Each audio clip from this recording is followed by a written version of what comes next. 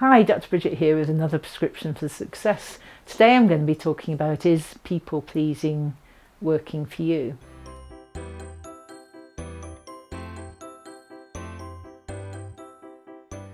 So I work with a lot of people who feel that they're pleasing other people and sort of feel like they're at the bottom of the pile and everyone else is above them.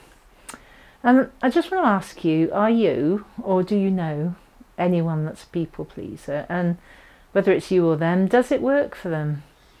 And I'm thinking to myself, the reason that people please is that, you know, if you've had a childhood maybe where you felt that you don't matter, or you've had experiences where you feel like you're not good enough, then if you people please, and then you sort of become the glue for people and people get attracted to you, and then you feel like you're good enough, or people will rely on you, or people come to you, and that sort of on a temporary basis makes you feel, you know, good. But then maybe when you're lying in bed at night, or you've got a bit of time to yourself, if you've got any time to yourself when you're people pleasing, then you think, well, you know, how about me? Do I matter? You know, what about me? What about the things that I want to do? So you sort of get this balance of needing to people please, but then feeling like you'd really like to look after yourself and make you know, have yourself mattering the most, so that you can help even more people. So I'm thinking that there's probably a strategy, sort of an internal strategy that you run, where you either hear a situation and you think you want to do something for someone, or you know, they ask you to do something, and while it's not something you want to do, they expect you to, so you just do it. Or maybe you just say to yourself, well, you know, I've seen or heard this thing, and you know, I'd love to do that for something, and for someone, and I'll just keep them happy, and then everyone will be happy, and it'll be fine. And maybe sometimes it is, and maybe sometimes it isn't.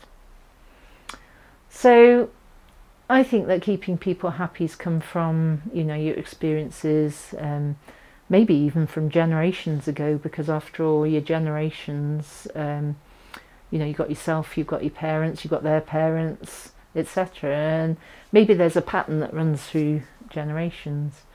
Maybe you've been brought up where there's been constant arguments, or, you know, people haven't been very happy, and when you've actually said something or done something for yourself, it's all gone wrong, so you end up keeping quiet and keeping the peace, and that goes through to your adulthood and doesn't really keep you happy.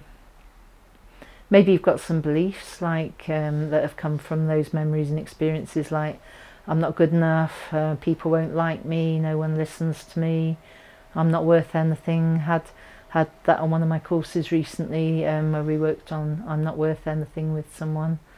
And that's made a huge difference in their behaviour just in a few days.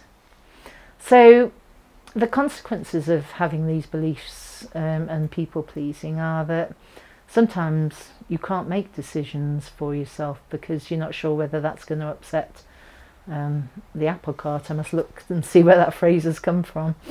But you know, you're just keeping people happy, or if you do make decisions, then someone's not going to be happy with that, and you're going to upset someone, then you're going to feel rubbish, and then you're going to feel, you know, like, what's the point?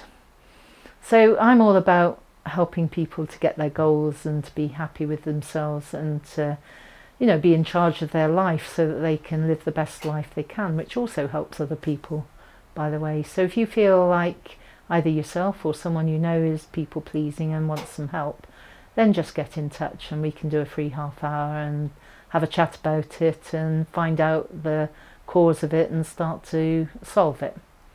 So please do that, because I want everyone to be happy, I want everyone to be in charge of their life, and I'll speak to you soon. Bye.